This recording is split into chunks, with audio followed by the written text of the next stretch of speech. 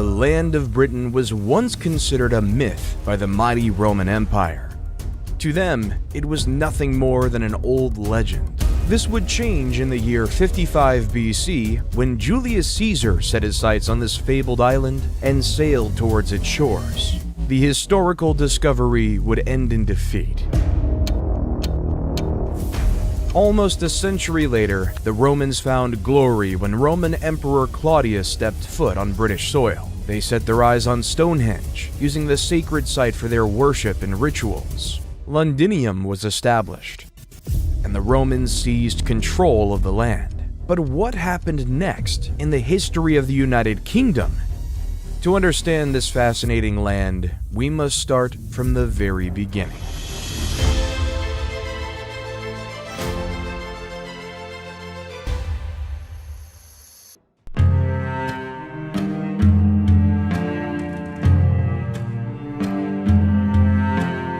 What would become the United Kingdom began way back within the prehistoric Paleolithic period, which dates back to 950,000 years ago, a time that the earliest evidence of an ancient civilization dates back to. The first settlers that arrived in Britain were hunter-gatherers who traveled from Europe around 8000 BC and are now known as the First Britons. This group of people showed one of the earliest forms of economy, with the hunters trading native elk, wild cattle, and pigs while defending themselves from wolves and bears, which were rife in Britain at that time. Over the years, people have discovered a large quantity of tools, such as carved stone edges and hand axes. It is incredibly rare to find human remains from this period, which has made it difficult for experts to determine which form of hominids were living there at any particular time. With that being said, the tools that have been found give evidence that they were probably a subgroup of Homo erectus, like a species known as Homo heidelbergensis. Trying to follow the movements of the Homo erectus is also very difficult, with the early sites that have been discovered being divided by many years and spread out around Europe, making pattern forming difficult. At one time, Britain was part of the European mainland, and not the island we know today. This made it incredibly easy for groups to spread and relocate to other parts of the landmass. As the land moved and water levels rose, groups were cut off and were left to evolve. These early inhabitants relied heavily on both hunting and scavenging, which have been proven by the wooden spears discovered in Essex, which are believed to have been crafted around 450,000 years ago. It is often the stone tools that survive, so finding wooden remains is an incredibly rare and valuable find in terms of the information they provide. The hand axes would often get worn down over the years, with flint flakes chipping off them. It is these flakes that give archaeologists a trove of information, especially when they can trace the technique of making them, the complexity of the tool, and the type of stone used. In fact, hand axes were not used to chop down wood, but were more likely a way of cutting up animal carcasses for eating. Because of the simplicity of the tool and the expertise of the hunters after creating several of them, they've been discovered in high volume at some ancient sites. This proves that groups often returned to certain places and that they chose not to carry the tools with them as they traveled, instead making new ones on arrival. As the techniques in tool-making advanced, the Neanderthals of Britain began strategizing with their weapons to hunt larger prey like woolly rhinos or mammoths that once called Britain their home. The next phase in the prehistoric period is known as the Upper Paleolithic era, which saw humans physically evolve into what we are today, with only a few elements of our ancient ancestors still surviving in one form or another. This is why we still have wisdom teeth, which were once crucial for eating raw food. At this time, Europe would have been an incredibly harsh and cold place to live as a result of the last ice age. This led to many inhabitants leaving at certain times when the climate dropped to ensure their survival. This was not only to prevent freezing to death, but to ensure that they were able to find plenty of vegetation and animal prey all year round. Limestone gorges also offered shelter to people living in Britain around this time, with deep caves and overhangs being invaluable places to set up camp. Around 11,300 years ago, Britain began to warm up, which began a substantial phase of growth, which saw birch and pine trees flourish, as well as other forms of greenery. Other forms of woodland also spread across the land, including oak, hazel, lime, and elm, which are still in abundance to this day. Particular animals that remained after the colder climate changed, such as reindeer and horses, drawing hunters that were accustomed to tracking and killing the animals. This led to many of them traveling across Europe and settling in Britain. As the climate continued to warm up, many of the inhabitants had to change their prey to red deer and boar, as other animal species migrated or died out. This change of prey forced humans to evolve their tools and technology in order to survive. Around 6,300 years ago, during the Mesolithic period, many groups began setting up winter and summer camps, which allowed them to live in an ideal environment that catered to their needs when the natural climate changed through the seasons. Sticking to one place would use up all their food and resources, such as wood for making fires. Without these things, they would perish. Spending time in another location meant that the local habitat could repopulate again, which humans could hunt once they returned. Coastal sites were often chosen for certain times of the year, which meant that humans began eating a heavy sea-based diet, which mostly consisted of fish and mollusk. This also helped develop tools that could be used to help catch water-based prey, further expanding their knowledge and curiosity about the ocean. The transition from hunting and gathering came about around 4100 BC, which was aided by the arrival of agricultural techniques that came from the east. This was propelled by the population boom seen during the late Mesolithic period, which meant that the animal resources they previously relied on were depleting fast. The British landscape began to change soon after, with the inhabitants making mass flint tools, which were equipped with wooden handles. These were used to clear the land, so that fields, pastures, and settlements could be created. Barley and emmer were the first main crops grown for a vegetative food source, while pigs and cattle were captured and bred so that they could generate their own meat sources, rather than kill them straight away for food. This shift to building a self-efficient settlement saw the first domestic buildings, which included large, narrow wooden buildings known as longhouses. Another form of domestic building were structures for the dead to be stored and respected, known as long barrows. The Neolithic period introduced several huge changes to Britain, especially when it came to technology, landscape, and settlements. The causeway enclosure became popular at this time, which were circular monuments built up banks and ditches forming a ring around the settlement.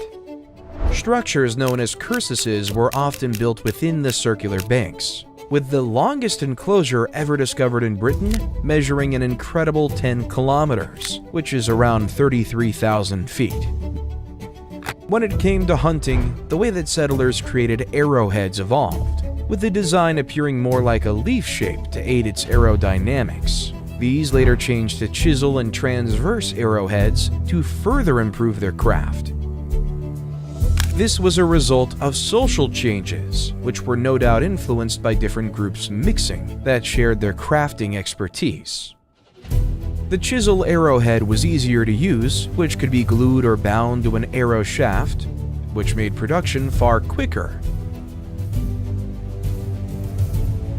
During the middle of the Neolithic period, the British settlers began to slow down when it came to wild animal hunting, instead depending on their own livestock. Afterward, arrowheads became less sharpened as they were used as a deterrent against other settlements, stealing livestock rather than killing the thief. The reason for this could have been down to rising social pressures that forbid murder as a punishment for any injustice. Between 2600 and 2200 BC, monuments known as henges were erected, one of which being the famous Stonehenge found in Wiltshire, England. While there is no definitive proof, it is believed that the henges were used for rituals and astronomical observation. Because the ditches are located inside of the banks, experts have concluded that it wasn't used as a form of defense, but rather as a symbol of defense. During the later Neolithic period, pottery and tools began to change. During the early Neolithic era, pottery was often round-bottomed bowls with necks that sloped down. By the late Neolithic, the style changed to flat-based pots that were decorated by etches made during the drying process. These early pots were primarily used to brew and store beer, although dairy products and stews were also contained in them. With groups gathering and technology quickly advancing for the prehistoric people of Britain, it was time to move into the next critical era for their advancement.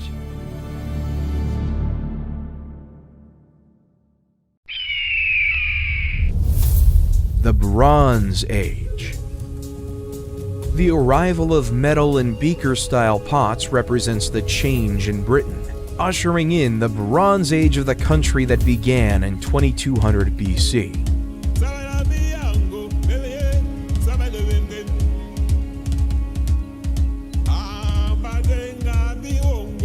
Bronze alloy was actually much rarer than iron ore, which meant that the resource was reserved for tools. White gold was primarily used to create jewelry. The other alloy used by people during the Bronze Age was tin, which was also quite scarce in Europe. Because bronze can be cast at a much lower temperature than copper, it meant that bronze casters could use molds to create more elaborate designs, such as daggers, halberds, and axes, which were far more durable than the stone tools that came before them. Bronze is also much harder than copper, as the tin within it reinforces it on an atomic level. Beaker pots were still used after bronze was utilized, with their different designs, decorations, and refinements improving as time went on. In fact, intact beakers and pots that were used in the burials give an insight into the craftsmanship, which sometimes still has honey residue in them from the beer they drank.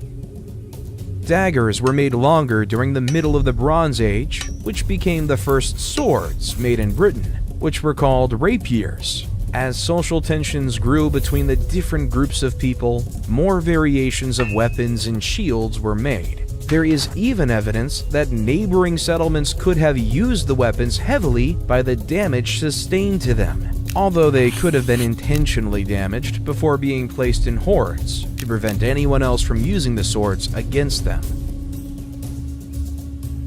While there is evidence of human remains being cremated in the Bronze Age, it's likely that much of the remains were scattered or placed in moving water. This is evident from the lack of bones found within burial sites, where more bodies should have been located. This shows how the people of this time mastered fire and ways of increasing its heat to successfully burn human remains and cast metal. It was during the Bronze Age that boundaries around land started appearing, which were traded and claimed by dominant families. Livestock pens and agricultural fields became an important part of everyday life, as well as the copper mines that provided jobs for inhabitants and allowed metalwork to advance at a very swift pace. A historically important site was discovered at Great Orme, in Llandudno, Wales, that provided 90% of the ore used to create axes all around the northwest of Europe. From 1000 BC, another change in climate resulted in many areas of Britain becoming uninhabitable, mostly due to the lack of crop growth in the cold conditions. Also, areas that were once ideal for growing vegetation became wet and boggy. With the eruption of the Hekla volcano in Iceland blocking out much of the sunlight, with the land becoming inhospitable, many settlers moved on from the land, while others repurposed the fields for strictly raising livestock. Those who refused to leave were forced to build walkways and raised settlements over the wetland beneath, which inadvertently improved their structure-building skills. The most preserved examples of cloth, food contained in pots, tools, furniture, and wooden objects were discovered within the fens below these settlements, as they would have dropped down or fell in after a structure was attacked and broken down. Because of the lack of oxygen and muddy conditions of the bogs, these items were preserved for millennia. Near the end of the Bronze Age, the long, pointed rapier blades evolved into long, flat blades, with a full tang going into a cast handle. Now, weapons were not only becoming an art form for the people of the Bronze Age, but a necessity for their survival. Hordes of weapons became rarer in the Bronze Age, which is believed to have been a result of its value dropping. This led to crafters, known as founders, to hold back their wares in order to raise its value. This is the first example of market strategy in British history, which later became an incredibly important factor in its economic growth.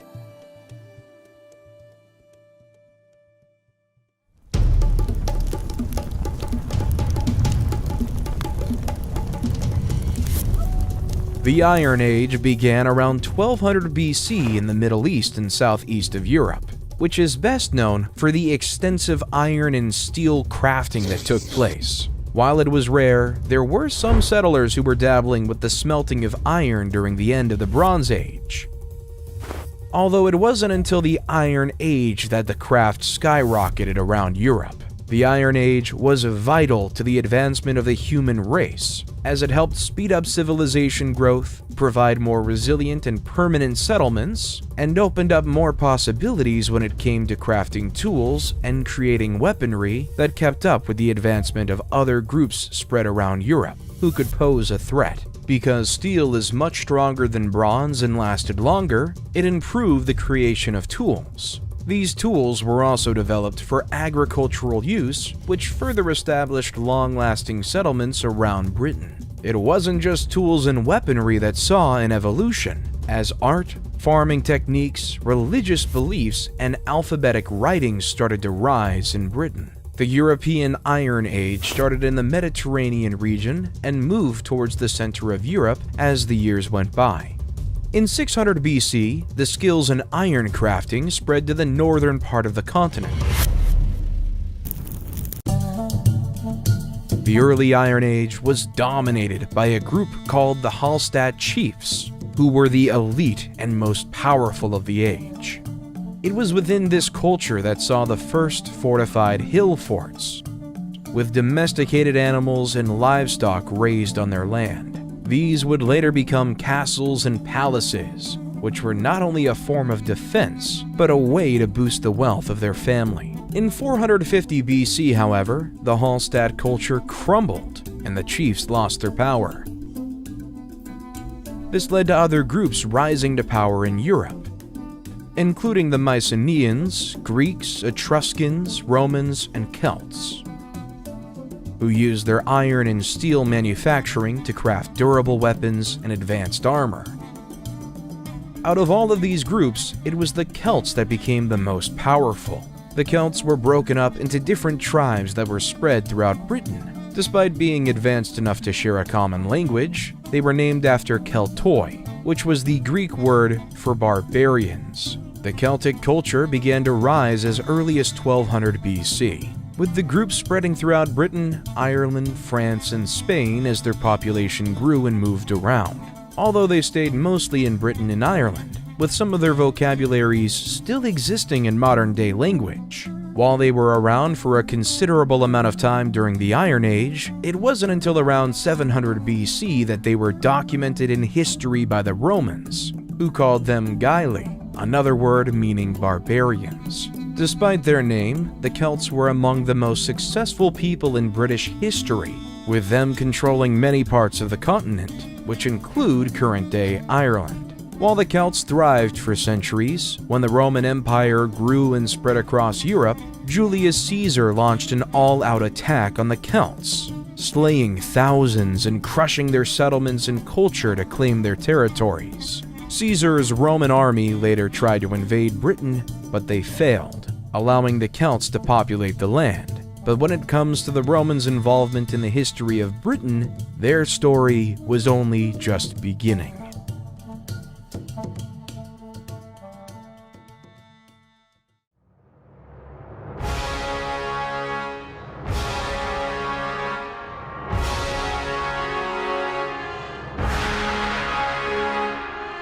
As the Roman Empire continued to grow, they eventually took control of most of Britain. Before then, the empire had dominated the Mediterranean Sea. They successfully stormed the ancient cities of Carthage and Macedon before taking control of Egypt and Syria. After traveling through the Alps, they eventually reached Albion, which was the original name for Britain.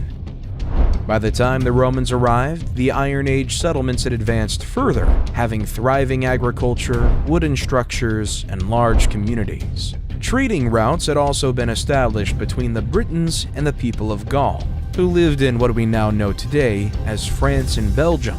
Here, wine and the first forms of currency were traded. While Julius Caesar failed to take full control over the island, he returned in the years 55 and 54 BC out of stubbornness and his interest in taking control of the trading that was going on.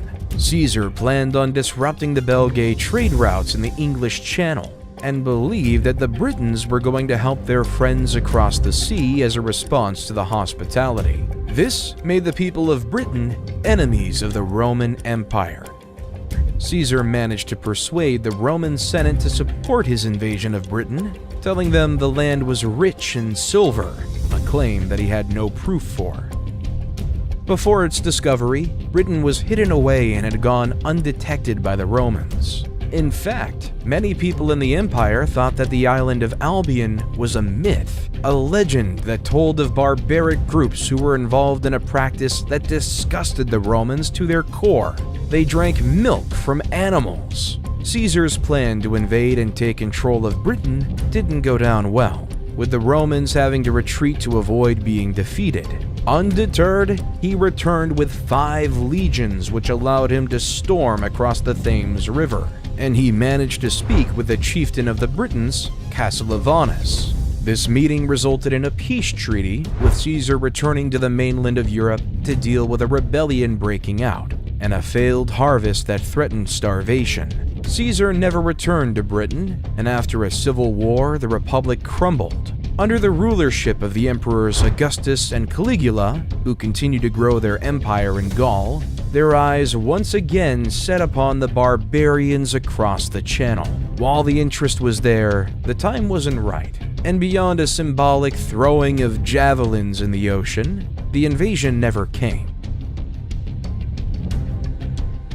In the year 43 AD, however, Emperor Claudius sailed across the sea with 4 legions, with Aulus Plautius leading the charge. Reaching Richborough, located on the east coast of Kent, the invasion of Britain began. Despite only spending 16 days on the island, the glory-seeking emperor returned to Rome in the year 44 and was hailed a hero. Despite the emperor leaving, the empire continued its invasion. They swiftly took the territory of Cativolani, a Celtic tribe state, before spreading north and west. By the year 60, much of Wales was under Roman control. Roman kingdoms were created in modern-day Norfolk and other places, with the Vespasian, who would later become emperor, sending his legion to the southwest to capture tribal settlements. It was around this time that cities like Londinium, which would later be known as London, was built. While the Romans seemed like an unstoppable force, the Britons continued to resist them. A member of a Celtic tribe called Caradocus managed to persuade groups in Wales to help fight the Romans, but he was captured. He managed to escape captivity and fled to a region ruled by the ancient Britons known as the Brigantes, but the queen chose to hand him back over to the Romans as a sign of newfound loyalty. Caradocus was sent back to Rome with his family as prisoners and, surprisingly, was spared death by Claudius. Boudica, the Roman ally and wife of Prasutagus, who was the client king of the Iceni tribe, headed a revolt against the empire. After the death of her husband, half of his kingdom was to be given to the Romans, while Boudica would be left to rule the other half. Rome wasn't happy with sharing the kingdom with somebody they classed as a traitor and decided to plunder the whole thing. If they couldn't have all of it, then nobody could. Boudica retaliated by sending her army to Londinium, where towns were plundered and burnt down. According to the Romans, 70,000 Romans were killed as a result of the revolt, although Boudica and her forces were eventually defeated thanks to the expertise of Roman governor Gaius Suetonius Paulinus. Boudica was believed to have ended her own life with poison rather than surrender to the Romans. The Romans went on to defeat the Druid stronghold at Anglesey, who were targeted for their religion that was opposed to the empire. This decision led to the emperor being replaced with Turpilianus, who saw a great change in the way the Romans ruled Britain. Eventually, Britons gave in to the Roman culture, and the previously plundered towns and settlements were rebuilt, including London, which became the capital of the Romans living in Britain. Taxes were introduced, mining techniques were improved, livestock and grain production was increased tenfold, and the trade industry flourished, including that of slaves. It was during this time that roads were established throughout the country that connected key locations, such as London, York, and the Welsh border. This innovation built valuable trade networks and increased the affluence of the capital. The Romans were not yet done when it came to controlling, however, as they later moved into northern Wales, as well as sailing over to invade Ireland. The Romans further implemented their culture in Britain, building amphitheaters, Roman baths, and teaching Latin to its inhabitants. By the year 130, formidable military garrisons were built throughout the continent and other territories ruled by groups the Romans considered barbarians, such as the Balkans, were encouraged to aid in the Roman expansion. Britain was eventually split in half, which was called Britannia Superior and Britannia Inferior in order to rule more efficiently. The problem for the Romans was that the more they spread out, the more attention they got from other enemies. The island saw a barrage of attacks from the Picts of Scotland, the Scots of Ireland, and the Saxons who traveled from Germany. For a period, a successful rebellion led to the kingdom separating from Rome, although it was recaptured in the year 296. By the end of the 4th century, and with the emergence of Christianity on the continent, the Romans slowly lost control of Europe. The lack of food resources such as grain spelled the end of the Roman Empire.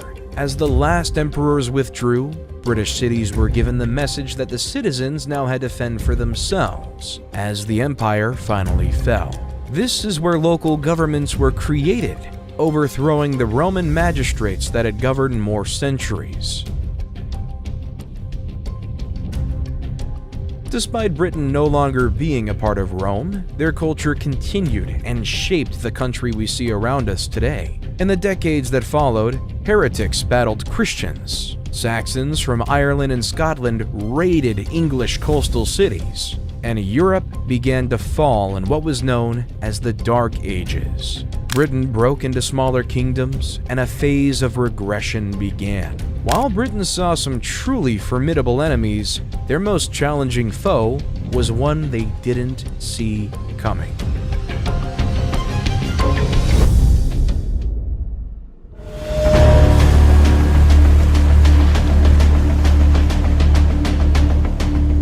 From across the crashing waves of the North Sea in the year 793, a group of Norse people from Scandinavia reached the shores of Britain. The first major violent incident committed by these invaders was the plundering of a Christian monastery, ushering in the 300-year-old age of the Vikings. As more longboats arrived, the barbaric invaders began raiding coastal settlements around England, Scotland, and Ireland. Eventually, the son of the legendary Ragnar Lothbrok, Ivar the Boneless, decided that it was time to take up roots on the island instead of simply pillaging them. This group of invaders would become known as the Great Heathen Army. In the year 865, the army arrived at one of the 4 kingdoms of Britain, East Anglia. Fearful of the warriors, the king of East Anglia, Edmund the Martyr, offered the warriors provisions, horses, and shelter in order to be spared the violence, pillaging, and being taken over. Following defeat, Edmund the Martyr was captured, possibly tortured, and killed. It only took a couple of years for the Vikings to capture York, the capital of one of the other four kingdoms, Northumbria. By the year 870, all of the kingdoms had been successfully taken over by the Vikings, except for Wessex. At this point, it was the Danish warlord Guthrum the Old who was leading the Norse army, while Alfred the Great remained king of Wessex. The two forces met in a bloody battle in 878, known as the Battle of Edington, where Alfred the Great claimed victory. This led to the two factions making a deal, which became known as the Treaty of Wedmore. In a strange turn of events, one of the requirements of the treaty was to have Guthrum baptized, with King Alfred becoming his godfather. The Vikings were also ordered to leave Wessex and never return. Soon after, the two rulers made another deal that defined boundaries and opened up trade routes between the two factions. Over many years, Viking customs had taken full effect in the territories they owned, including London. This land would become known as Danelaw, with Derby, Leicester, Lincoln, Nottingham, and Stamford becoming the most important towns under their control. These 5 boroughs were ruled by 5 Danish armies, all under the control of Jarl, a Viking elite. For almost a century, the Vikings and Anglo-Saxons lived in harmony, trading, working, and even mating with the opposite factions. Many words we use today also came from the old Viking language, such as words beginning with sk, such as sky. Other words derived from Old Norse include the word ugly, which stemmed from the Viking word ugligur, husband, which came from husbandi, gift, which came from gipt, aeg, that became egg, and Thursday, which came from the Viking word for midweek, which was known as Thor's dagger, or Thor's day. It was the Vikings' strong belief in a law system that not only developed the word law in the English language, but also the word wrong, which expresses their belief in differentiating from what was deemed unacceptable when it came to their beliefs. While Alfred the Great used the time of peace to build forts and other forms of defense within his kingdom, his daughter Athoflat used the strongholds to wage war against the Vikings. After her husband died in the year 911, she took control over the kingdom of Mercia, which gave her the name Lady of the Mercians thereafter. The 5 boroughs under Viking rule were eventually defeated, and in 954, the last Nord king, the legendary Eric Bloodaxe, was forced out of the region of Northumbria. This ended the era of Danelaw, which was now known as England. Although the Viking reign was squashed, those that retreated were not finished with the land they called home. In the year 1013, Sweyn Forkbeard and his band of Viking warriors returned, with the leader becoming the first Danish king of England. After the death of the king, his son Canute the Great took over until he passed away in 1035. The rule of the Vikings ended when King Harald successfully thwarted King Harald Hardrada of Norway in 1066, in a conflict known as the Battle of Stamford Bridge. This time, the Viking invaders had been expelled from England forever, although their legacy lives on to this day within the DNA of their descendants.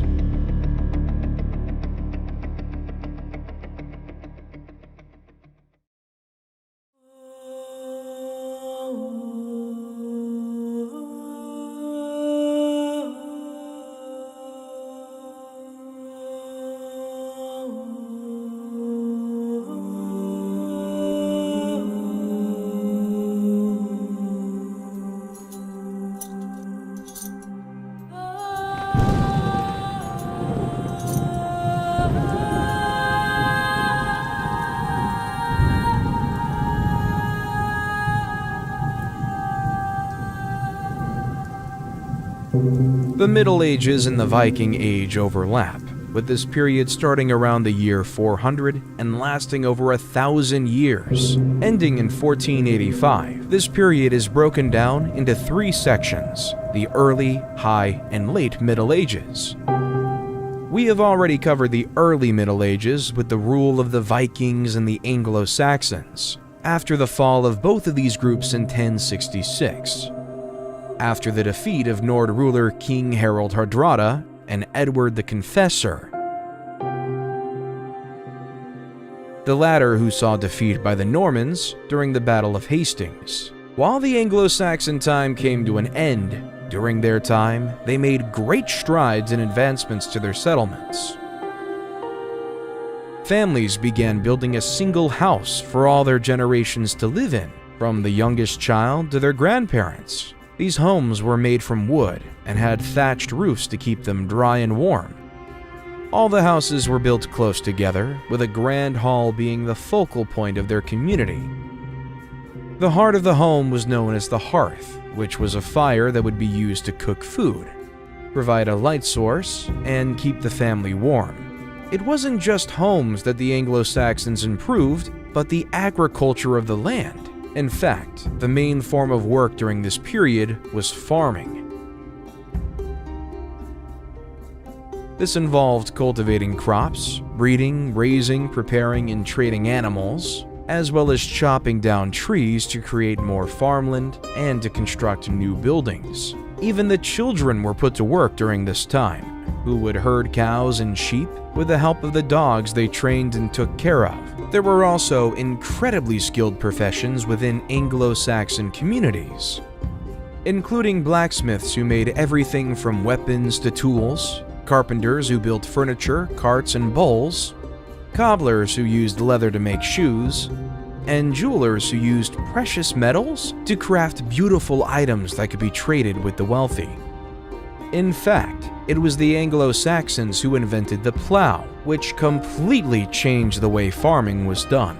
They also discovered that when tamed, a horse could do a much better job of pulling plows through the soil than oxen, speeding up the farming process exponentially. Regardless, their time had to come to an end, with the Anglo-Normans taking root. The Normandy dynasty began with William I, also known as William the Conqueror, who ruled England until his death on September 9, 1087. The invasion of England was no easy feat, with even the mighty Roman Empire struggling to take over completely. This heralded William as a hero, which brought him much attention throughout the rest of Europe. It was during his reign that the landscape of the continent changed dramatically once more. The first stone-built Norman castle was built in Wales, with others joining them throughout the island. In fact, the Normans invaded much of Wales and built their castles to establish strongholds against anyone who opposed them.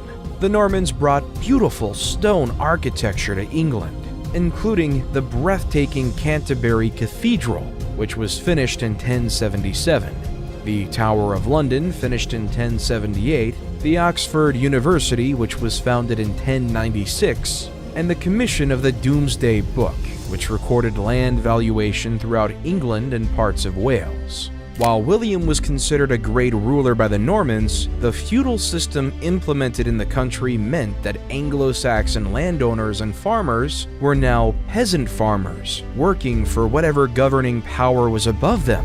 They were stripped of their heritage, hard work, and wealth. The feudal system saw a quarter of the previous owner's land given to William the Conqueror, while another quarter of the land was donated to the Church of Rome. The remains of the land were given to the people who were loyal to William, who held high status. In return, these people were tasked with the duty of creating an army from those living in the area, if William ever needed it. For these noble folk, however, the job was beneath them, which led to them putting knights in charge of recruitment and training. The peasant farmers who the crown stole from were not spared this duty, with them being forced to swear allegiance to the knights. With their advance in agriculture came more variety in the food they grew and ate. The Normans grew a liking to spiced food, often cooking with caraway seeds, ginger, cardamom, pepper, and nutmeg. Because the Normans celebrated Christmas, these ingredients were added to their traditional winter meals, with the affluent of society having grand feasts that included pheasants, peacocks, wild boar, jellies, and custards. Common foods eaten by peasants were salted or pickled foods such as pickled herrings, bacon, and vegetable broths because they took longer to expire. While the noble members of the land washed their feast down with wine, the peasants drank strong ales. The high and late periods of the Middle Ages, which spanned the 11th to the 13th centuries, saw a great deal of change that negatively impacted the country. The feudal system encouraged huge social changes in class systems, while rebellion saw mass upheaval, while the introduction of the Renaissance saw introduced artistic expression and storytelling that would eventually give famous playwrights such as William Shakespeare and Christopher Marlowe the tools to tell the common people political or romantic stories that were often inspired by real-life events from the past. This period of time has been romanticized by literature and modern media, portraying the period as one with blushing maidens, eye-watering feats, majestic castles watching over the people of the land, and knights bravely galloping into battle mounted on a steed. In truth, it was a difficult and dangerous life for most of the populace. Eventually, after several sons of William the Conqueror spent time on the throne, William the Conqueror's grandson, Stephen of Blois, became king in the year 1135. This started a huge civil war in Britain known as the Anarchy, which lasted from 1138 to 1154. This conflict was led by Stephen of Blois' cousin, the Empress Matilda, who believed that the crown was her rightful inheritance.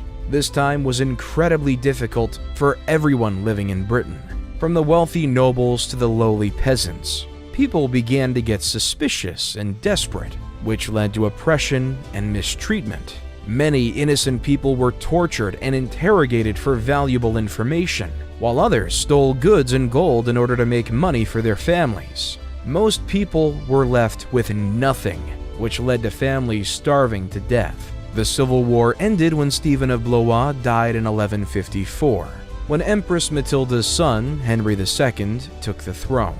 The rule of Henry II was a fairly peaceful one, which was bolstered by his friendship with Thomas Becket, the Archbishop of Canterbury. Together, the two men had power over the people of England and their religion. Unfortunately, the friendship wasn't long-lived, with Henry ordering the murder of Thomas Becket inside of the Canterbury Cathedral. The freedom of a man was complicated during the 12th century, with some men being connected to land ownership but forced to pay the lord. Others only paid rent but owed no land, while some found themselves in the middle, owing a service to a master while having to pay rent for the land they lived on. If at any point someone couldn't pay their taxes, they would then have to answer to a master overlooking the area, while the non-free people, known as serfs, could be freed of their obligation. Another way of escaping control was to escape to another borough and live there for a whole year. If the fugitive was caught before then, however, the lord of the manor had the right to beat and imprison the man. King John, who came to throne in 1199, was one of the cruelest rulers in English history. He was greedy, violent, and a tyrant. He struck fear in the hearts of his subjects, increasing taxes so that he could use the profit to hire mercenaries to keep everyone in check. No one was spared the wrath of King John, with even the Pope finding himself on the wrong end of the king. In the year 1208, John refused to accept a man named Stephen Langton as the Archbishop of Canterbury after Pope Innocent III decided to ignore the king's suggested candidates. Regardless, the church bells of Britain were not rung and the church stopped burying people. But King John still refused to allow Stephen Langton to take up the role. This resulted in the Pope excommunicating King John, which absolved all English subjects of their oath of allegiance to him, which caused him to lose all power over them. This blow to King John resulted in a revolt breaking out in the country, and the King of France used the chaos to challenge the rulership of England. With the upheaval, King John was forced to sign a very important charter called the Magna Carta, agreeing that the country would abide by many laws and justices, 4 of which are still present to this day. These are the 4 clauses. With no other choice, the French invasion in full swing, King John eventually accepted Stephen Langton as the Archbishop of Canterbury. This decision led to the forces of the country abiding the king again, which allowed them to defeat the French armies on the coast of Flanders, located in Belgium. In 1265, King Henry III was incredibly against the citizens of the country having any say in the kingdom's rulership. The Earl of Leicester, Simon de Montfort, thought differently and opposed the king. While the Magna Carta laid the groundwork for the prominent laws of the country, Simon de Montfort created the first Parliament of England, electing people to speak on behalf of the average person. Just like today, the representatives of Parliament had their expenses paid. In 1298, taxation control was given to Parliament, bolstering the institution. One of the most devastating pandemics in British history was the Black Plague, which devastated the population in 1347. In fact, over 200 million people died from the viral disease throughout Europe in total, with 1.5 million of those coming from Britain.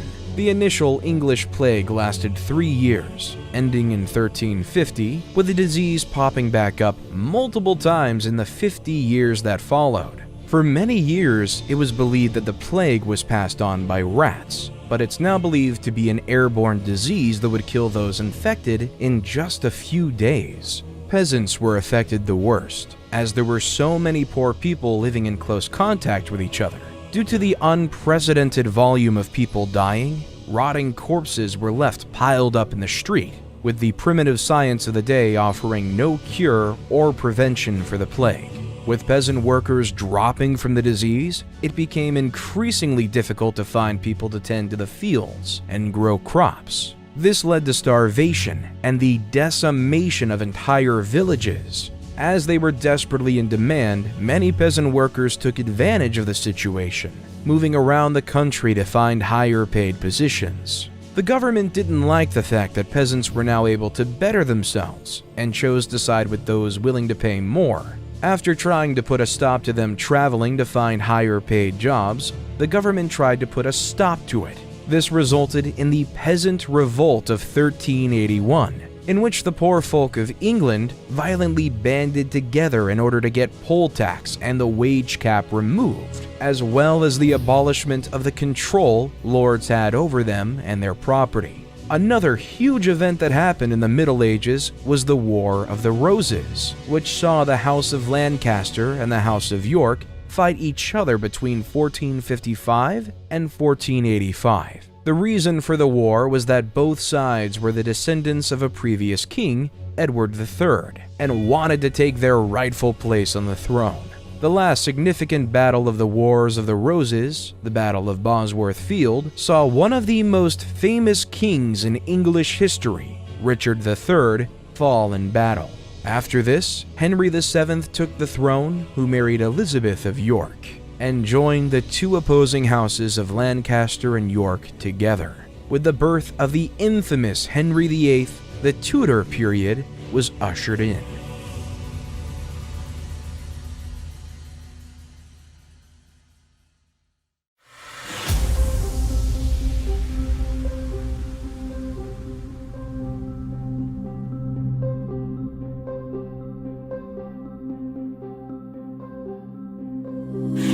The Tudor period had a huge focus on the reshaping and rethinking of religion, politics, and the monarchy in Britain. After defeating Richard III's army during the Battle of Bosworth in 1485, Henry VII's rule saw the beginning of a 118-year reign for the Tudors, which saw a total of 5 monarchs sit upon the throne. In fact, the rulers of this period have become some of the most recognizable in English history. It was this rulership that played a huge part in shaping England, and later the United Kingdom, through the economic changes, the role change for women, and countrywide religious reform. The marriage between the two cousins brought the feud between the Lancasters and the Yorks together, bringing two of the most influential families of England together. Henry and Elizabeth went on to have 8 children together in order to cement the longevity of the family rule. although only Arthur, Henry, Margaret, and Mary Tudor made it to their adult years.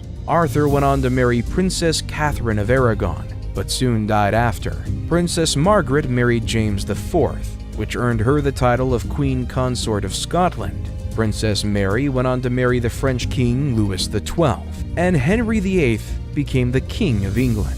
As Henry was the second son of the monarchy, he was prepared for a career in the church. But after his two other brothers died, he was made king in 1509. In fact, he lost his two brothers and father in a 7-year period, which is a testament to the short lifespan people had back in those days, regardless of status. Henry was keen to find a wife and turned to his own brother's widow, Princess Catherine of Aragon, to take up this role. Henry's 36-year rule saw many impactful changes to the country and caused some of the biggest controversies in English history up until that point. The first of which was his change in attitude towards his wife, who failed to give him a male heir to the throne after 23 years of marriage. He became so desperate for a male heir, in fact, that he eventually turned his back on the Catholic Church and began his own, the Church of England. With the king now able to establish his own marriage and annul rules,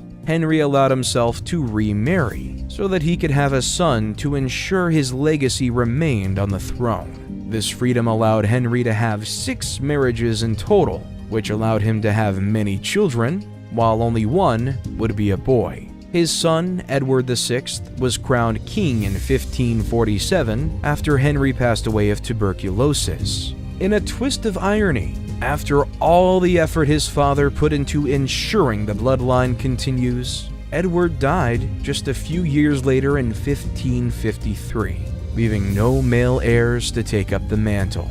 This death left the Tudor government in chaos, with only his 2 sisters, Mary and Elizabeth, being the only candidates for succession. This wasn't ideal, as they were both female and had religious views that were not in line with that of the Protestants, the religion that Henry VIII was converting the Catholics to. In fact, it was Edward's devout Catholic half-sister Mary that was the rightful heir to the throne. Due to her religion, however, Edward named Lady Jane Grey as queen, who was his cousin once removed because she was a Protestant. Mary, however, wasn't going to let her birthright go to another relation. This resulted in Lady Jane only reigning for 9 days before being executed for high treason, along with her husband, 2 of his brothers, and the former Archbishop of Canterbury, Thomas Cranmer. Now, with Mary on the throne, the Tudors were once again thrown into chaos, as she set about reversing all the work her father and brother did, reverting the primary religion of England back to Catholicism. This change was done aggressively, with the Protestant people now persecuted for being heretics. This led to 300 people who refused to be conformed to Catholicism being burned at the stake. This dark patch in English history is now known as the Marian persecution. Not only were Queen Mary's forceful religious views a problem for people of nobility, but so was her gender. Being the first queen, which was earned in her own right, several of the most influential nobles insisted that she should marry a Protestant man in order to heal the relationship with her people. Mary, who would not be pushed around, chose to marry the Spanish Prince Philip II in 1554 instead. Unfortunately, the pair didn't have any children despite many attempts. Eventually, Mary named her Protestant half-sister Elizabeth the next heir to the throne as she lay dying. Elizabeth I had a long reign that spanned 1558 to 1603, in which she did a lot for the country. As the daughter of Anne Boleyn, Elizabeth had to work hard to persuade her people to support her. Due to her intelligence and likable character, she had a glorious reign. With that being said, there were several issues throughout that time, including her Catholic enemies attempting to murder her, an attack from Rome, and her decision to stay single. Regardless, she faced adversity and earned the nickname Gloriana, Good Queen Bess, and the Virgin Queen. When she passed away in 1603, the Tudor period came to an end. Before the Tudor era, agriculture played a huge part in the lifestyle of the country, with 90% of the population working on farmland. This was an incredibly hard life that came with a low life expectancy. As the age of exploration began, the focus shifted to trade. Coal, tin, iron, and lead mining began to grow exponentially, which made the country incredibly rich. With that being said, famine and poverty was still rife in Tudor England. In 1530, however, the cruel laws against beggars were abolished, and vagrants were allowed to beg as long as they had a license. This led to an influx of beggars, which resulted in a new law being passed in 1547, which meant that anyone caught begging would be imprisoned for 2 years. In 1550, this law was changed again, with the punishment for the vagrant being a flogging, which meant that they were struck on the back with a whip or rod. The rule of Elizabeth I introduced the Poor Law in 1601, which gave the poor a tax relief, as well as other forms of support. It was during this time that the criminal system took a preference to physical punishments, rather than being thrown into prison. This included flogging and putting into stocks, which would add humiliation to the punishment. Those who committed the more serious crimes, such as murder, still resulted in execution. The noble and affluent criminals would still be beheaded like previous centuries, while the poor and common population would be hung at the gallows, often with crowds gathering to watch the spectacle. A focus on education came with the Tudor period, with Richard Mulcaster, the educationalist, insisting that a boy's education was the most important, as they were more worthy. This led to boys from wealthy families being sent to grammar school and universities before the girls. Despite a female monarchy ruling over the country, the future of girls was predetermined to be that of wives and mothers, well-versed in needlework, cooking, and cleaning. Eventually, girls were given the right to get an education, although it was limited to only reading and writing. Eventually, local schools were established where boys and girls would study together. It was during the Tudor period that leisurely activities began to rise. Many people began playing tennis and football, as well as watching jousting events and gambling. The more affluent of society played chess and gambled by playing card games, such as Primero and Noddy, which was the precursor to cribbage.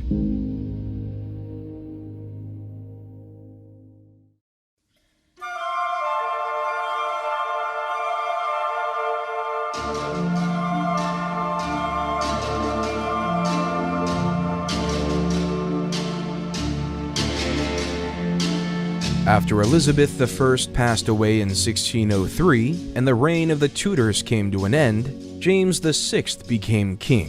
James was the son of Mary, Queen of Scots, who had been executed for treason and had become a martyr for the Catholic faith. While many hoped that James would support the Catholic religion, he refused to repeat the same mistakes as Queen Mary by trying to roll back the Reformation. When the Catholics living in England didn't get the support they wanted, a group of people began to plot an assassination.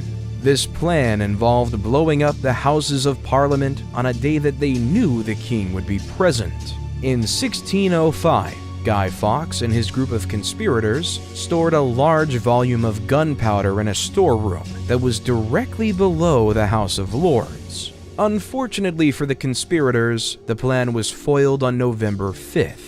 Which led to all of the men being hung, drawn, and quartered.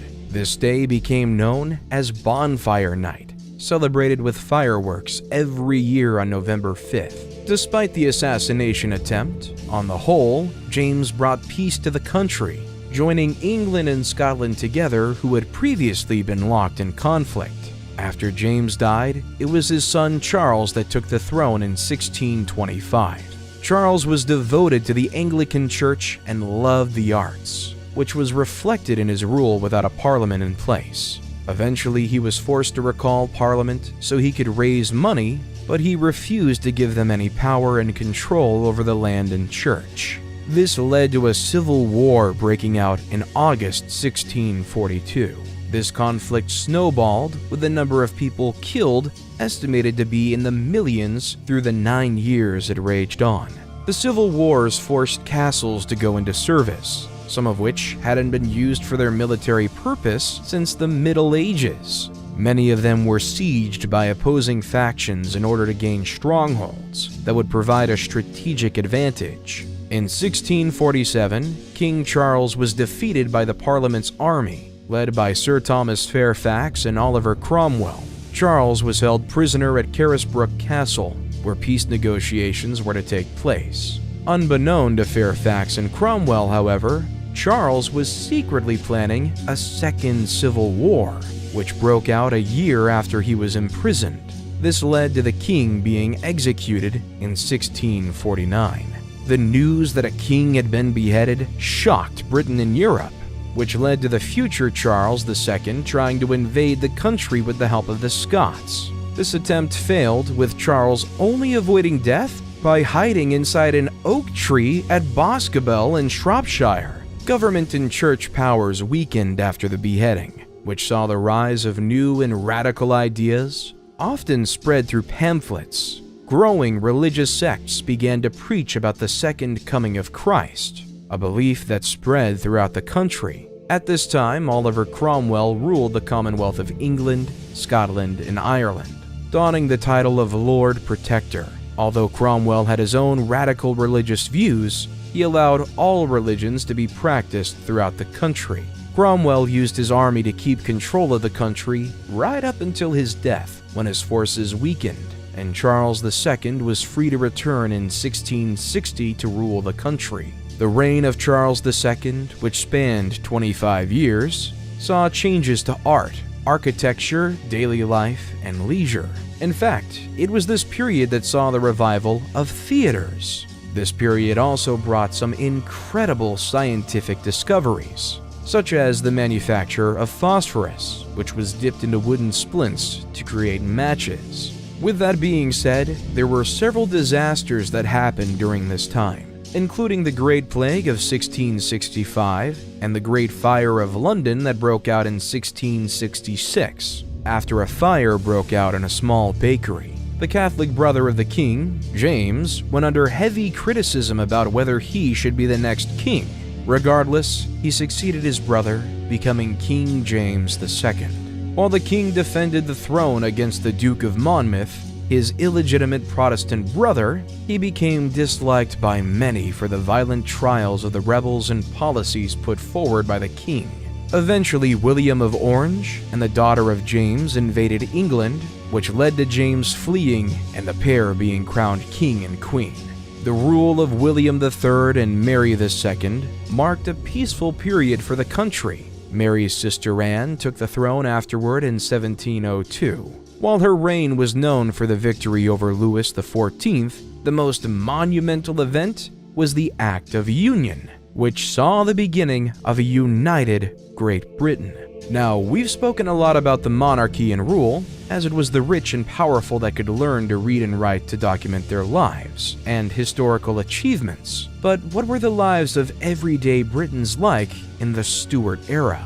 Most of the common people during this era were poor, with some forced to live in terrible conditions. This was only made worse by the influx in population, which saw entire areas impoverished and starving. This led to poor laws being implemented, which were first introduced a century before by Elizabeth I, which helped the poorest people of the country. Most of those working have a master above them who would provide them with a room and wages to live off. Vagrancy became a huge issue during this period, as the most impoverished of people were forced to beg or claim charity from family and neighbors. In fact, many poor people chose to travel to the New World in order to change their lives and make money. While times were most difficult at the start of the Stuart period, things got better near the end of it. For the poor, the focus was on finding the next meal.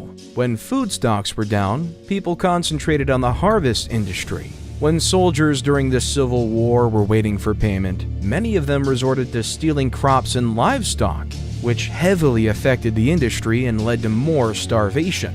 While the working class ate legume-based diets such as beans, soybeans, and lentils, the affluent ate rich meat diets and very sweet desserts.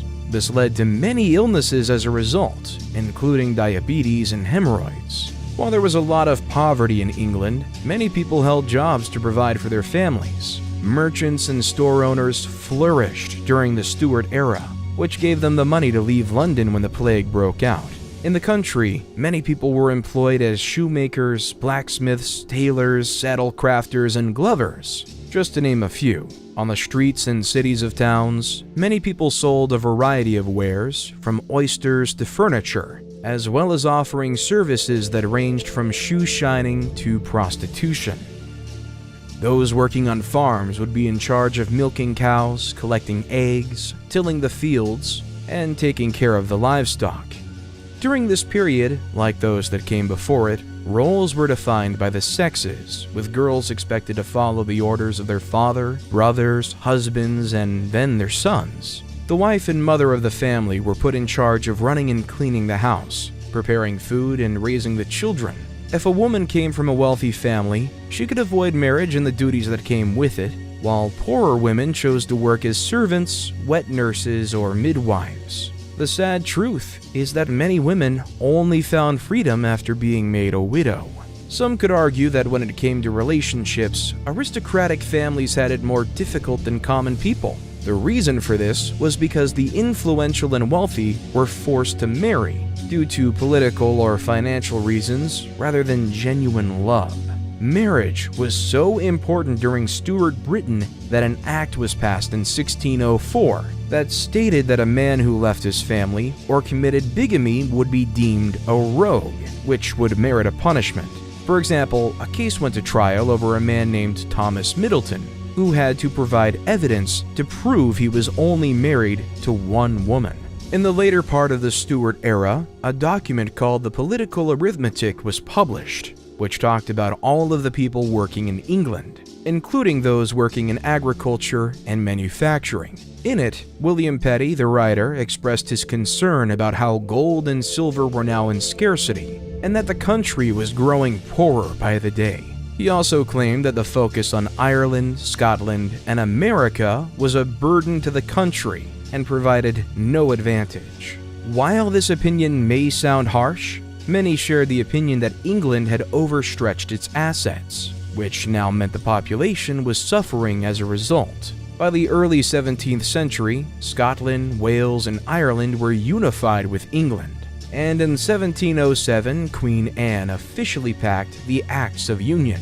Sadly, life expectancy was much shorter than that of today, with the likelihood of children dying being incredibly high. In fact, childbirth was dangerous for both the mother and the child. Without the medicines and treatments we have today, if the trauma and pain didn't kill the mother, infections would soon after. Experts believe that 25 women out of 1,000 died giving birth during the Stuart period. Other things that killed young people during this era were worms, plague, and dysentery, as well as an illness known as griping in the guts, which killed people through diarrhea and crippling stomach pain. A major factor in these kinds of illnesses came down to personal hygiene, which the Stuarts did not hold in high regard.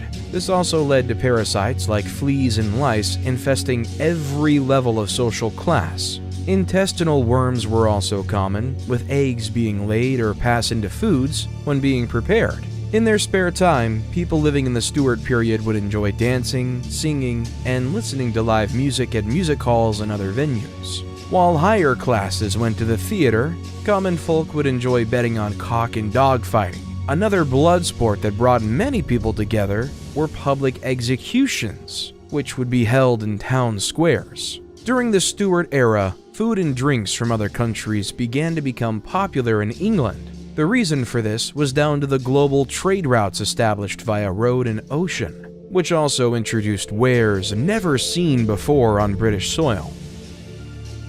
This included furs from North America, tea from China, and spices from India. This is where the palate of the British people changed, with exotic wares and ingredients being welcomed into the culture. By 1633, strange yellow fruit known as bananas were found on market stalls, while the first coffee houses and tea rooms opened their doors. It was here that many people would visit to discuss politics and other business. During its early days, coffee was considered to be a man's drink, which led to women being banned from visiting the coffee houses. Women looking for a warm drink could visit tea rooms, however, while hot chocolate was available to higher class members of both sexes.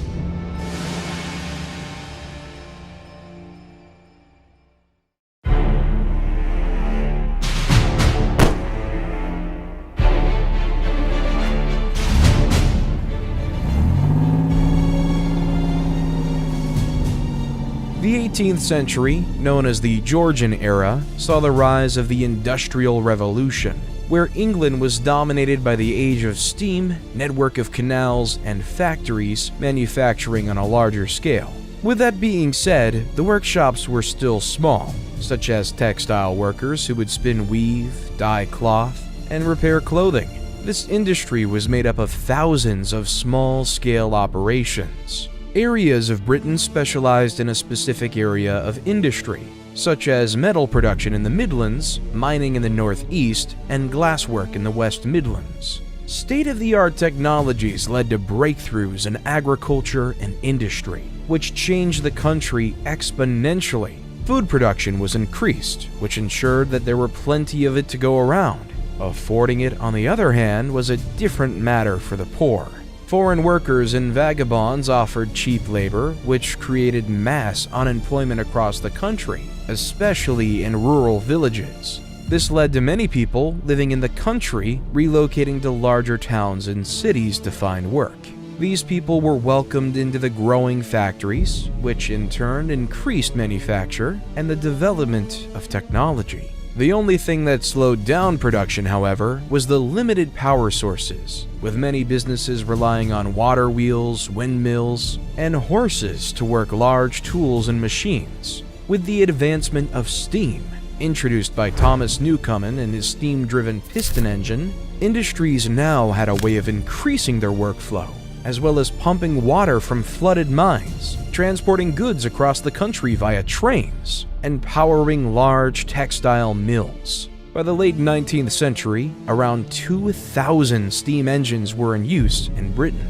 The Derby family of Shropshire re-imaged the iron manufacturing process, which offered stronger metals that were ideal for making machines and larger tools. With the help of steam engines, coal mining was made more efficient. In turn, the spoils were used to power steam engines across the company. This means that coal was one of the most valuable industries in the entire country. In 1769, Richard Arkwright created the water frame, which allowed large-scale textile spinning to take place. A short time later, James Hargreaves' spinning jenny was made available, which made cotton spinning much easier. In 1780, Edmund Cartwright's power loom continued this string of advancements, which made cheap clothing available to the entire population.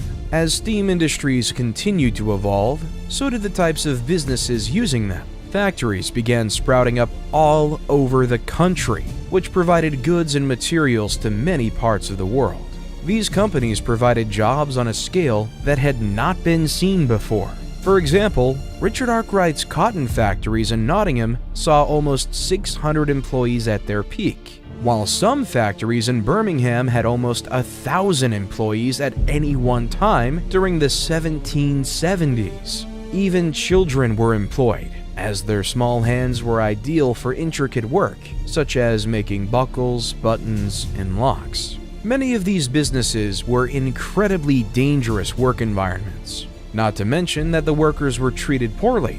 In fact, many compared some factories to prisons, with those who made mistakes or not working hard enough facing physical discipline. Workhouses and orphanages would send children to work in factories and mines, which put them in danger. Some would pass out through heat, while others got caught in fast-moving machinery as they were sent through them to maintain them. The canal systems, created to transport the coal supply around the country, also provided jobs for many people. The early systems were limited but incredibly important. For example, the canal commissioned by the Duke of Bridgewater connected Worsley to Manchester, which halved the price of coal within just a couple of weeks. With the success of the already existing canal networks, more and more were commissioned by the government. In 1815, over 2,000 miles of canal were available in Britain, transporting thousands of tons of precise metals, coal, and wares on barges towed by horses. With the focus being on the canals, the roads were left in a very poor state, many of which were flooded or overgrown with vegetation. This caused trades that traveled via wagon and cart to suffer. With food unable to be delivered by using the roads, Britain was facing a problem. To rectify it, the government passed the Turnpike Acts, which allowed new roads to be built and used a toll system to pay for their construction and upkeep. Headed by engineers like John McAdam and Thomas Telford, roads began to spread throughout the country in the 1780s. The improved roads not only allowed trades to operate again, but they actually made it more efficient. This meant that a stagecoach could travel from Edinburgh to London in just 2 days, which almost took 2 weeks 50 years previously. This was groundbreaking at the time, and further revolutionized industry in Britain. The people of Britain adopted a strange fascination for criminals and lawbreakers during the late 1700s, with those committing crimes being depicted as heroes in newspapers and printed pamphlets that were circulated throughout the streets. Tales of daring thefts and crimes led to highwaymen, people who preyed on traveling carriages, becoming celebrities. These characters became legends and inspired many others to do the same. When a thief called Jack Sheppard was publicly hung in 1724, 200,000 people turned up to celebrate his career. Another, the flamboyant John Rann, was met with his adoring fans in the street of London after he was found not guilty of a theft. For others, the rise and growing popularity of crime was worrying. Thefts were at an all-time high, and those committing the deeds were not being caught or punished. There was an outcry for criminal investigations and punishments to be improved, which eventually led to the police force we know today. Although it was very different in the early days, back then, the punishment of criminals was left down to the victims, who were in charge of the investigations. While there were 2 constables in each parish, these were people elected in the community who worked on a voluntary basis. This means that most of the police work was done after the men had done their day job, with some of them paying others to do the duty for them. Later, a group of paid watchmen were hired in London, known as Charlies, who were close to what we know of modern policing today. These men would patrol the street, perform investigations, and arrest criminals. Part of their duties was to bring drunk people home and yelling out the time for people. Many accused the watchmen of being ineffective and cried out for changes to be implemented in the system. This opinion was listened to in the 1750s, with professional forces being established. In 1751, Henry Fielding started the Bow Street Runners, which saw the first armed men carrying out investigations and arrests on behalf of the public. The suspects of these crimes were judged by local magistrates without a jury having any say in determining guilt. This, of course, led to many innocent people being imprisoned or executed for crimes they didn't commit, whether it was done through wrongful conviction or political motives. Once again, these officials were volunteers who were elected from influential members of society. This meant that many of them were not well versed in the law and took the position as a statement of power rather than justice. Horace Walpole, an English writer, once said that the greatest criminals of society were the officers of justice, referencing the corruption within British law.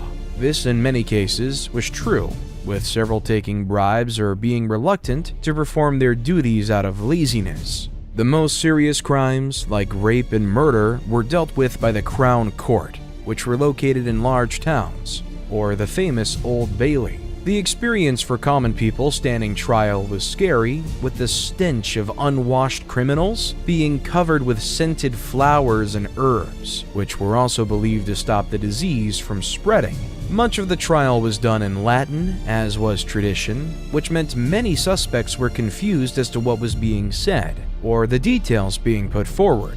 To make things worse, criminal defenses were not introduced until the later part of the Georgian period, which meant that witnesses were examined by the judge and jury members. If these officials took a disliking to the character of the suspect, they would be found guilty without all the facts being known. In fact, these cases were over in a matter of minutes, with several cases being conducted in a day to speed the process along. In the early 1800s, courts abided by the Bloody Code, which was a list of 200 crimes that justified an execution. These included crimes such as treason, rape, and murder, as well as less serious crimes like stealing, the poaching of animals, and even vandalism. Fortunately for many, most of these crimes that could merit death ended up with imprisonment. Regardless, this struck fear in the hearts of many, with the idea of visiting the gallows for a crime they didn't commit being a very real possibility. Those who were unfortunate enough to face the gallows were done so in a public spectacle, with hundreds of people turning up to watch the life of a criminal snuffed out. While many saw it as twisted entertainment, it was done as a deterrent for others. Up until 1783, the hangings took place at Tyburn, Middlesex, 8 times a year, with up to 20 criminals hung at the same time. Those sentenced to death would endure a 3-mile cart ride to the gallows, which would be mobbed by hundreds of people screaming and throwing things. Once they were all lined up on the wooden scaffolding, the noose would be tied around their necks and trap doors would open. After the executions, white doves were released as a symbol of respect, after which a moment's silence was insisted. Many criminals were often sent to American colonies, as well as Australian colonies, to serve their sentences through hard and unpaid labor. Other punishments included hefty fines, being flogged and whipped, and literally branded a criminal with a burning hot rod. These punishments were often done under the watchful eye of the public, who were allowed to pelt them with rotten fruit and vegetables. Lifelong imprisonment was also implemented at the end of the Georgian period, which were known as houses of correction. With the advancements of industry seen in the Georgian era, the 19th century saw a period of exponential growth that carried on through to the Victorian era. At this point, industries of rural and agriculture were dwarfed by factories and urbanization. This sudden change was a culture shock to many communities, and it took a while for the government and the people of Britain to get used to this new way of life. The Victorian era started in 1837 and ended around the outbreak of the First World War, despite Queen Victoria passing away in 1901. It was during this era that Britain saw another boom in the population, with figures doubling between 1801 and 1871. This was down to people being able to afford the upkeep of larger families as a result of the work opportunities the Industrial Revolution provided. Migration in the country increased population, although many left the country also. In fact, a large number voluntarily left for the American colonies in search of a better life in the New World. Large groups of Irish workers made up a majority of the migrants, especially in 1845, during the Irish potato famine that caused starvation in many parts of the country. People from Ireland, Scotland, and the English countryside flocked to industrial cities for work, as well as Jews from Europe and Russia. While conditions for working children were awful, a legislation for protecting child and adult workers was passed by Parliament, which was campaigned by Michael Sadler and the Earl of Shaftesbury. This forced safer procedures to be implemented within mines and factories, and also put an end to slavery within the British Empire. Education for children younger than 10 was also made compulsory, which nurtured the prospect of common people taking up more skilled jobs. The police force, which had evolved a lot since the 19th century, was more organized and efficient. They also began a prison reform program that saw conditions within prisons greatly improve.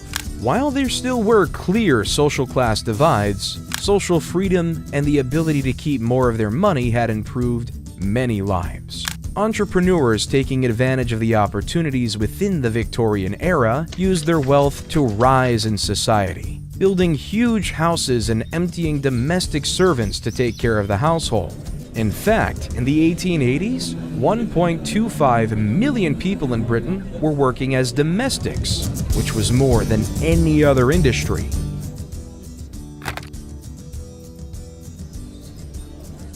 This was the first time that the hierarchy wasn't governed by royalty or lordship, which ushered in a new era of social change. The working class was eventually allowed to vote in 1918, with the suffrage of women ending in 1930. In 1776, Britain lost the American Empire after America declared independence during the American Revolutionary War, which resulted in the empire turning its sights to India instead. Throughout the Victorian era, the expansion into other countries continued, which opened up more trade routes and prompted more conflicts. In 1851, the Great Exhibition presented industrial and technological wonders to the world.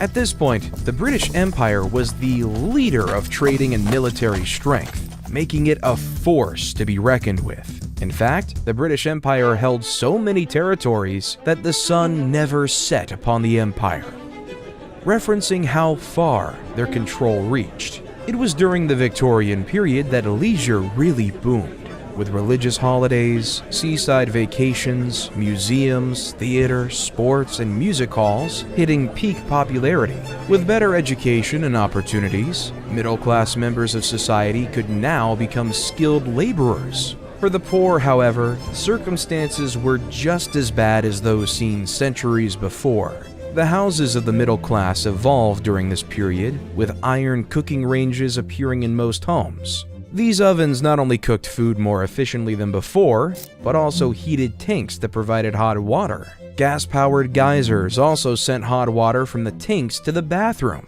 which eliminated the need for a maid to carry buckets of heated water up the stairs. The coffee shops that were once a hub for the affluent and politically minded had been replaced with offices that communicated with others through the revolutionary telegraph system. This allowed Britain to trade with the entire world, which was only improved further in 1877 with the invention of the telephone.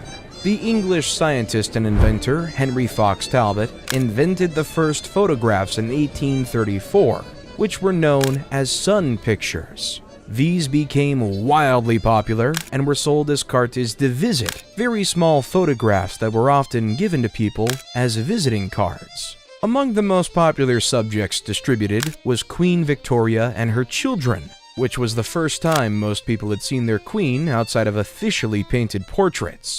At the Great Exhibition, George Jennings presented his state-of-the-art lavatories, which he called halting stations. This invention proved to be more sanitary than people relieving themselves in secluded corners of the street, which led to public lavatories being erected. In 1852, a men's room was built in Fleet Street, with a woman's lavatory being built in the Strand. It was Thomas Crapper who developed the flush aspect of the lavatory and also invented the U-bend.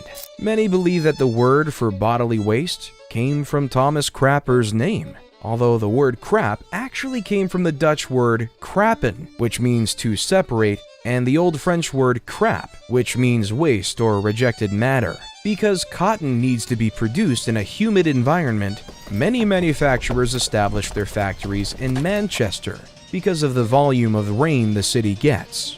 Unfortunately, the factories were still full of dust and cotton fibers in the air, which resulted in many workers suffering from breathing illnesses. The large machines in these factories also posed a risk, with many of them not having any form of safety protocols or guards. This led to several cases of women being scalped after their hair got caught, as well as hands, fingers, and arms being caught and crushed in the moving parts. Children were often sent into or beneath the machines to clear blockages or replace intricate parts, which also ended in terrible accidents. Elsewhere in the country, the gentry owning large portions of land was becoming incredibly rich from coal mining, with the industries utilizing steam power keeping the demand high. While mining kept the country thriving, the conditions deep down in the earth were terrible. Children were hired to drag the wagons from the coalface to the shaft foot, which would then be lifted to the surface because they were much cheaper and more obedient than horse-drawn carts. This was incredibly hard work and run the risk of being caught in a collapse. Mines got incredibly hot, which meant that workers wore very little clothing and had to drink beer to keep hydrated. The reason they drank alcohol was down to the poor quality of water, which caused diarrhea, dysentery, cholera, and typhoid, which would prove deadly to its drinkers. In 1815, Sir Humphrey Davy invented the safety lamp, which allowed deeper excavations into the earth. Later, ventilation techniques were implemented, although it wasn't until 1848 that compressed air systems were invented. Employing children under the age of 12 was banned in 1860, although the number of employees grew from 200,000 to 500,000 in Britain. This allowed 30 million tons of coal to be excavated in 1836, which rose to an incredible 44 million tons by 1880. By 1850, a person could only work for 10 hours a day with night work abolished. This meant that the average working day lasted from 6 in the morning to 6 in the afternoon. Also in 1850, lighting and ventilation regulations came into effect for mining, further improving the well-being of the workers. With that being said, mining was still an incredibly dangerous job, which wouldn't have been properly improved until the 1900s. It had become common practice to pay workers with tokens that could only be used at selected shops instead of paying them money. This led to shops inflating prices and providing poor quality items, as workers had no other choice. The Truck Act, established in 1831, set to end this practice, but it took a long time for it to end completely. The British Empire proved itself to be the most innovative and captive market in the entire world due to its industrial breakthroughs. Unfortunately, it was this achievement that became its own downfall when it came to keeping all of its territories, as the prosperity inspired parts of the empire to become separate entities to seek their own success. At the time, the United States was growing at an incredible rate, forging its own legacy in technology and innovation. After the death of Franz Ferdinand and his morganatic wife Sophie, Duchess of Hohenberg, Austria-Hungary blamed Serbia, which led to the July Crisis. Eventually, on July 28, 1914, Austria-Hungary declared war on Serbia. Along with other countries, Britain offered up its services in what is now known as the First World War.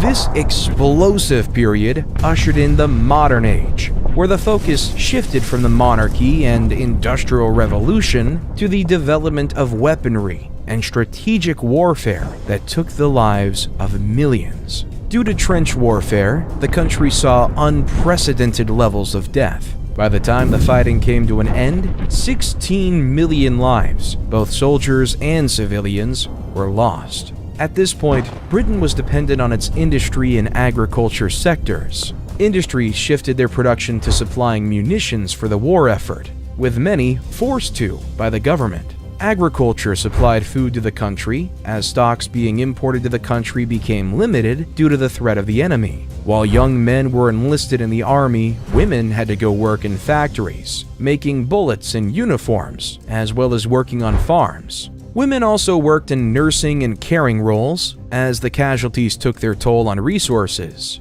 While it was those on the front line that fought for victory, it would not have been possible without the efforts of those back home in Britain. At the start of the war, miners were told not to join the army, as they needed to provide coal for the war effort. As the conflict raged on, however, miners were drafted as tunnelers, who were tasked with the dangerous job of digging tunnels to set explosives beneath enemy trenches, as well as placing landmines on the battlefield. The Germans were far more prepared for the war, which gave them a massive advantage in trench warfare. While there was a focus on drafting experienced miners, there was not enough to fill the quota, which led to civilians being trained as miners and sent to war. Eventually, the British were more skilled at tunneling than the Germans. With many miners enlisted in the army, there was a shortage of coal in October 1916, which led to the supply being rationed per household. Those who refused to enlist in the army were forced to become miners instead to help maximize the coal supply. Many people working in agriculture were enlisted in the army, which greatly affected the industry. Because U-boats were blocking imports coming into the country, farm work was crucial. This work was only made more difficult as blacksmiths and plowmen were taken from farms to fight, making it incredibly difficult to replace them. In order to replace the male farm workers, the Women's Land Army was established, which sent 260,000 women to farms to help agriculture work continue. While the war ended on November 11, 1918, sadly, this wasn't the last time Britain saw war and mass death.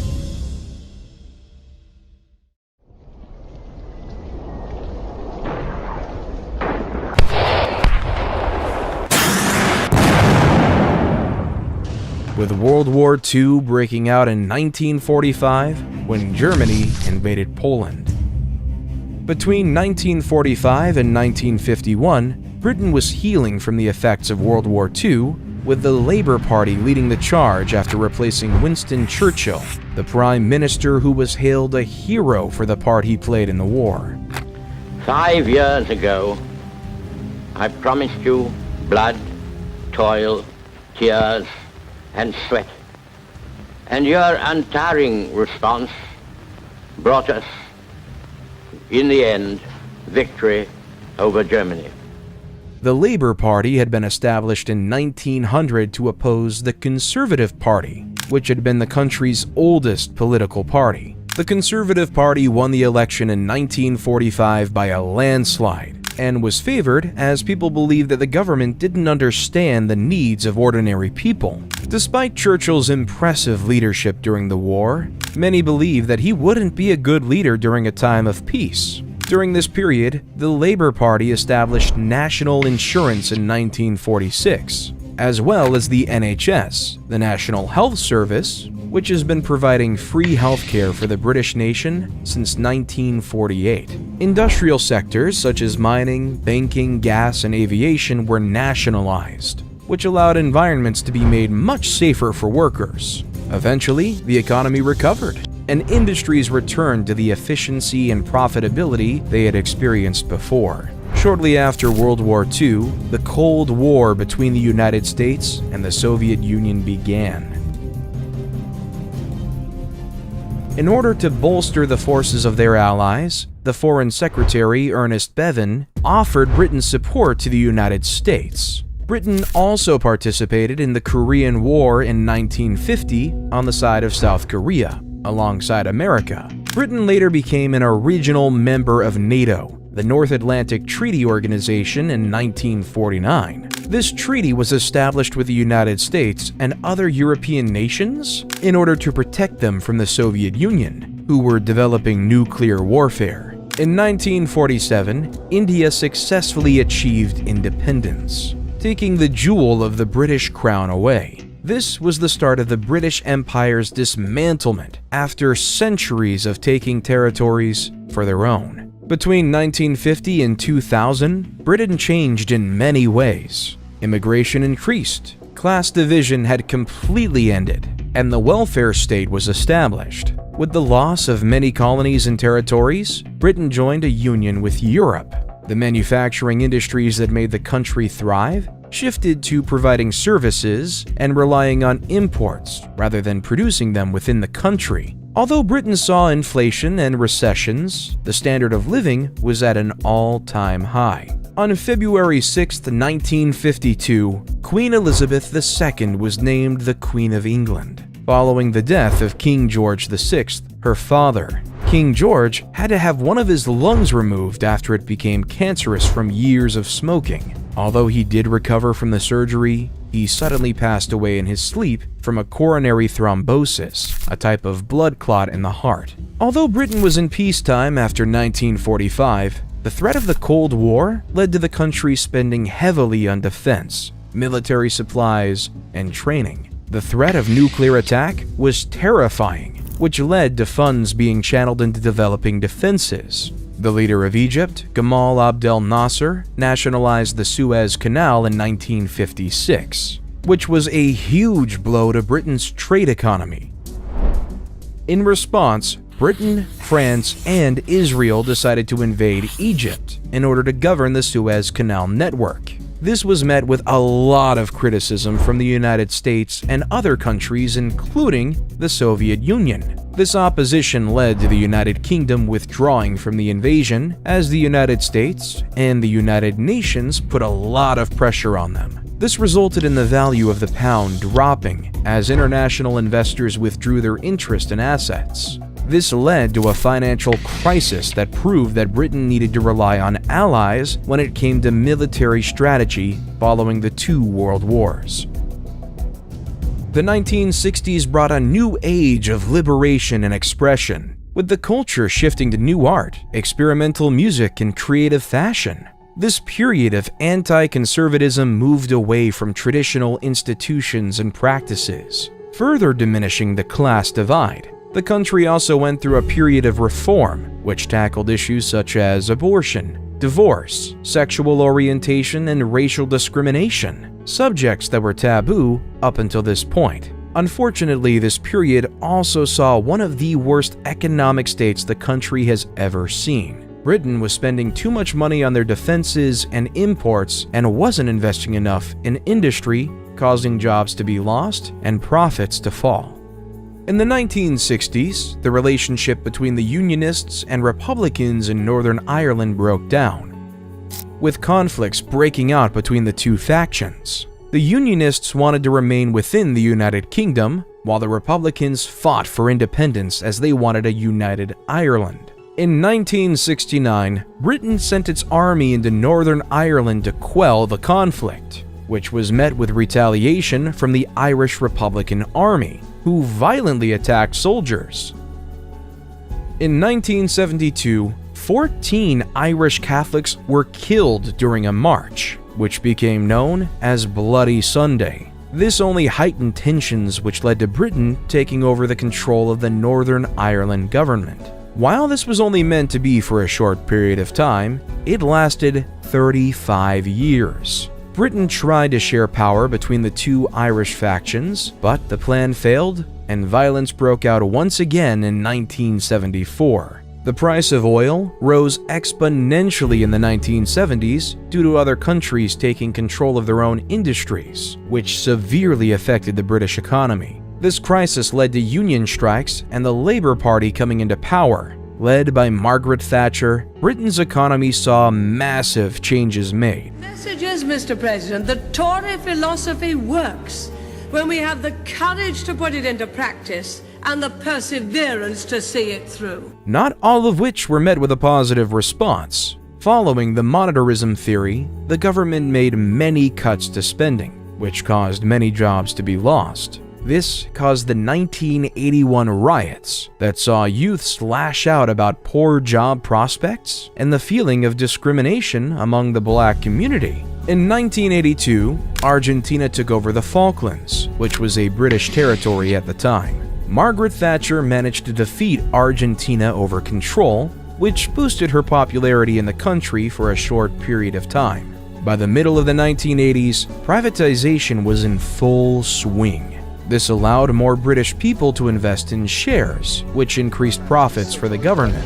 $350 Swiss. Zurich, 23, Citibank. Around this time, in 1985, the Irish Republic accepted Ireland as part of the United Kingdom, although conflicts within the country continued. With the new millennium being ushered in and the digital age taking root, the British Empire came to an end. with many of its territories now given independence. Britain entered into a union with Europe to bolster its economy and trade industry, but this split opinions. Eventually, it led to the 2016 Brexit, where the majority of the British people chose to leave the Union. Elizabeth leaves Westminster. The Queen is crowned, symbol of hope. Queen Elizabeth rides forth. Another extraordinary chapter has been written. With the death of Queen Elizabeth II on September 8, 2022, after reigning for an incredible 70 years and 214 days, the United Kingdom moved into a brand new era.